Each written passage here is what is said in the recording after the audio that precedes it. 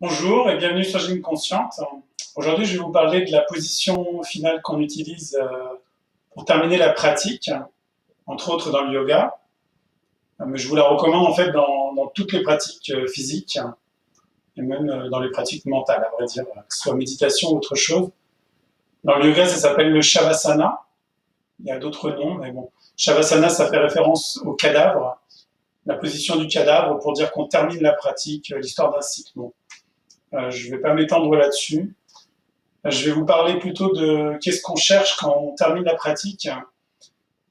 La fin de la pratique, c'est un moment donné où on ne fait plus aucune activité avec le corps. Donc, on se positionne sur le dos, en général. Je vous montrerai à la fin de cette vidéo qu'on pratique autrement. On peut la pratiquer autrement, en tout cas. Donc, les différentes possibilités qu'il peut y avoir. Donc, l'idée, c'est de créer un relâchement musculaire et un relâchement mental, et de profiter de ce relâchement musculaire pour aller observer les sensations qu'il peut y avoir encore dans le corps, mais également ce qui peut se passer dans la tête. Et vraiment se placer comme dans les états qu'on appelle la méditation ou l'assise silencieuse, simplement d'observer comment ça se passe et de se mettre à distance de ça, c'est-à-dire vraiment de transformer les idées et de transformer les zones physiques en objets et de les regarder avec une certaine distance. Pourquoi pas aussi d'utiliser la respiration comme un outil pour, pour créer un espace mental autour de ces zones mentales ou physiques. Donc, moi, je vous dirais, par exemple, à certains moments, d'observer l'étirement qu'il peut y avoir dans certains muscles quand vous avez les pieds étirés, les jambes étirées ou d'autres positions, ou dans l'équilibre, ou d'observer comment vous êtes inquiet quand vous êtes en équilibre dans une pose, et à partir de là, d'imaginer vraiment ce concept, tant de l'inquiétude, tant de l'étirement, vraiment comme une zone physique. Donc avec avec les muscles, c'est plus facile. Avec les zones mentales, ça peut être un peu plus dur pour certains, mais l'idée, c'est vraiment d'imaginer comme un objet et d'aller respirer autour, derrière, devant, à l'intérieur, au-dessus, en dessous, simplement pour créer de la distance avec cet objet et le regarder pour ce qu'il est et pour ce qu'il n'est pas. Ce qu'il est, c'est un concept qui passe dans la tête et des sensations physiques. Et ce qu'il n'est pas, c'est quelque part, ce n'est pas vous. Il y a une certaine distanciation. Quand cette distanciation, elle est possible et qu'on en prend l'habitude, on peut en prendre l'habitude aussi avec un mélange de sensations physiques, sensations mentales qui vont former les émotions et qui vont nous pousser dans une direction. Et quand il y a cette distance, on a la possibilité aussi de faire des choix. Plus que d'agir, plus que de réagir, on agit. Donc on fait un choix sur le moment parce qu'on se rend compte que l'émotion en question, elle nous pousse à aller dans une direction, plein de directions. J'ai pas envie de m'étendre là-dessus aujourd'hui. Donc, pourquoi est-ce que je vous montre pas le Shavasana et pourquoi je le guide pas aussi dans les vidéos? Il y a une raison très simple. C'est parce que je veux vous donner la possibilité de pratiquer avec vos techniques, avec vos concepts, votre Shavasana, votre posture de relâchement qui va suivre la pratique. Parce que la pratique, les cours qu'on peut donner, que ce soit quand j'en donne dans des instituts ou qu'on vous donne dans vos instituts ou alors en classe privée, ils ont tous comme objectif, en tout cas je crois qu'ils devraient tous avoir pour objectif de vous induire vers une autonomie, vers votre pratique personnelle, et pas simplement vers le fait de vous faire guider en pilotage automatique par un prof. C'est très agréable et je suis le premier à beaucoup apprécier quand mon enseignant me guide dans ces relâchements et même dans les postures aussi. Et il y a un moment donné où vous avez la possibilité, et c'est très souhaitable, plus ça arrive tôt, plus ça s'inclut dans votre pratique, même quand vous êtes guidé, de pratiquer seul et d'observer seul ce qui est en train de se passer. Et c'est un cadeau très très beau à vous faire pour vous-même quand vous avez la possibilité de l'expérimenter.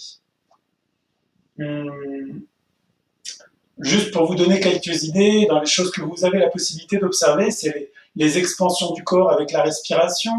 Vous pouvez observer des choses comme le relâchement de différentes parties du corps, ou les aider à se relâcher avec la respiration. Euh, mais simplement, ça va être de la suggestion. Si c'est de l'autosuggestion, pour être plus précis, si vous le faites vous-même, quand un enseignant va le faire, ça va être de la suggestion. Et dans l'idée que vous soyez maître un peu de cette pratique, voilà pourquoi je choisis de ne pas l'enseigner directement. Même si je le ferai peut-être à d'autres fois, à d'autres moments, je vous donne cette possibilité. Voilà. Je me demande s'il y a encore autre chose dans mes notes. Voilà. Dans la troisième partie, je vous montrerai différentes formes qu'on peut utiliser pour le Shavasana. Et je vais vous les donner maintenant. Donc, la première forme la plus classique que moi on m'a enseigné, ça va être simplement de se poser sur le sol et c'est tout. Vous faites rien, vous vous allongez, toujours avec les jambes pliées au début, et vous vous relâchez. Donc là, rien d'autre à mettre en place. La deuxième possibilité qui va vous offrir plein de cadeaux parce qu'elle va installer des zones pour pouvoir se relâcher. Donc, ça va être toujours de descendre avec les jambes pliées et jointes, d'aller sur le dos en vous aidant avec les mains et avec les coudes, d'attraper le tapis et de ramener vos omoplates l'un vers l'autre sans courber les lombaires. Donc, le mouvement ne doit pas vous faire ce mouvement-là. Il va simplement rapprocher les omoplates. Pour moi, on peut le faire avec les mains qui attrapent le tapis, s'il n'y a pas de tapis, ou si on ne veut pas le faire ça, on peut aussi poser les mains vers le haut et simplement rapprocher les omoplates. Ça marche très bien également. Puis je vais étirer mes deux pieds loin l'un de l'autre. Là, je touche mon canapé, donc je vais m'en éloigner. Idéalement, vous ne touchez rien pendant cette pratique-là. Puis vous étirez les pieds, vous ouvrez les jambes à la largeur des hanches. Et enfin, vous relâchez les gros orteils vers l'extérieur. À ce moment-là, les paumes de main vont pouvoir lâcher le tapis et s'ouvrir. Et là, vous avez toute la position qui est installée. Si votre tête tombe vers l'arrière, quand vous regardez droit devant vous, vous allez voir à peu près si vous êtes avec les yeux en face de vous, qui regardent vers le plafond ou si regardent plus vers l'arrière. Dans ce cas-là, je vous suggère d'avoir un petit coussin, un petit support qui va être derrière la tête. Pour moi, c'est un peu trop gros, donc je vais simplement prendre cette couverture. Donc là, je me l'installe. Je réinstalle mes omoplates si besoin, mes bras. Et là, simplement, fermez les yeux. Si vous avez la possibilité, vous mettez un cache devant les yeux, un petit sac, des chaussettes, une ceinture, n'importe quel objet que vous pouvez trouver. Et là, simplement, vous commencez l'observation. Vous relâchez toutes les zones du corps. Vos mains, elles sont ni fermées comme des poings, ni ouvertes complètement en contact avec le sol. En position relâchée, vos doigts sont légèrement pliés. Quand vous êtes dans la rue, vous n'êtes pas avec la main complètement droite. Voilà. Donc là, je vous ai montré une première forme. Je vais en profiter pour vous montrer la sortie de la pose. Donc vous allez plier une jambe, puis l'autre, ramener une main sur l'abdomen et sur l'autre. Et là, vous allez rouler sur le côté. Vous pouvez utiliser le bras droit comme un coussin, soit en posant la tête sur le biceps, soit en pliant le bras et en mettant la main. Pour moi, c'est pas le plus confortable. La main gauche, là, elle est posée devant la poitrine, à plat sur le sol. Elle peut aussi être sur la hanche. Je vous invite à rester quand même dans cette variante avec une certaine observation. Voilà. Et quand vous avez terminé, vous regardez toujours vers le sol et vous poussez sur la main gauche pour vous rasseoir.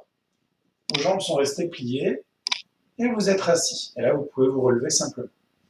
Alors, une deuxième possibilité, très utile quand vous avez le bas du dos qui tire un peu, soit parce que vous avez mal au bas du dos, soit parce que vous avez fait une pratique avec des extensions vers l'arrière. Vous pouvez utiliser des couvertures, des coussins que vous allez placer derrière les mollets. Hop. Et à nouveau, moi j'utilise un support derrière la tête. Et c'est la même installation. Donc j'attrape les mains, je rapproche mes omoplates, je mets les mains vers l'extérieur et je laisse simplement les gros orteils tomber vers l'extérieur. Le principe est exactement le même.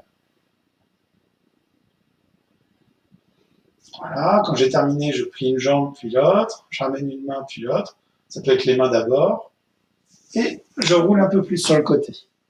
Je peux rester un certain temps, et enfin je pousse et je remonte. Alors, je vais vous montrer encore une forme en allongé, mais à vous.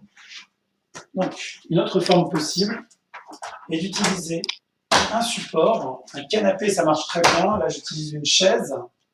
Et là, sur le même principe, vous allez au sol. Vous allez simplement placer les mollets sur la chaise. Hop, je replace la couverture pour ma tête. Je replace les omoplates, en attrapant le tapis éventuellement. Et c'est la même chose. Ça va être très agréable pour le bas du dos pour le relâcher. Voilà.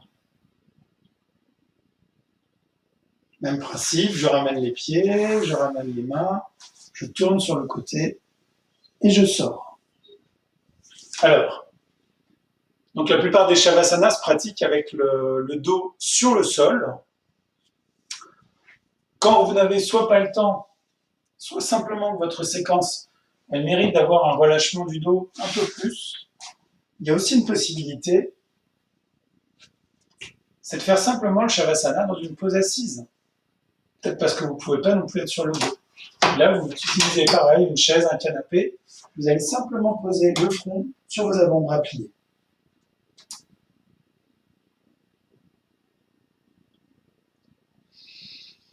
Vous pouvez toujours autant observer les sensations qui restent, relâcher toutes les idées qui passent et les laisser passer simplement en les observant, en leur donnant toute l'attention que vous pouvez leur donner. Et au bout d'un moment, quand elles passent et vous avez une autre idée, vous observez la suivante. En laissant simplement. N'essayez pas de vous battre pour arrêter le mental, observez simplement. Ça suffira largement. Voilà. Je pense que pour cette partie-là, j'ai fait le tour. Voilà. Je ne vais pas rajouter plus que ça sur ce sujet-là aujourd'hui. Je vous invite à me mettre des questions, des commentaires si vous voulez en savoir plus. Non, je vais rajouter un ou deux détails, pardon.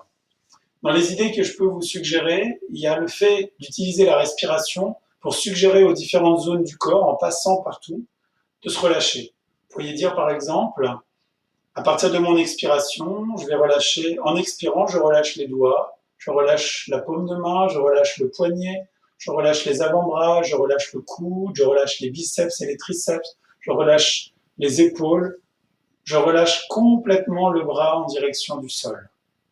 Et vous pouvez faire la même chose avec le pied en prenant chaque détail, en étant soit moins pointilleux, soit beaucoup plus pointilleux sur toutes les différentes parties que vous pouvez utiliser, afin d'accentuer ce relâchement. Ça marche aussi bien quand vous le faites pour vous-même que quand vous le faites pour quelqu'un d'autre.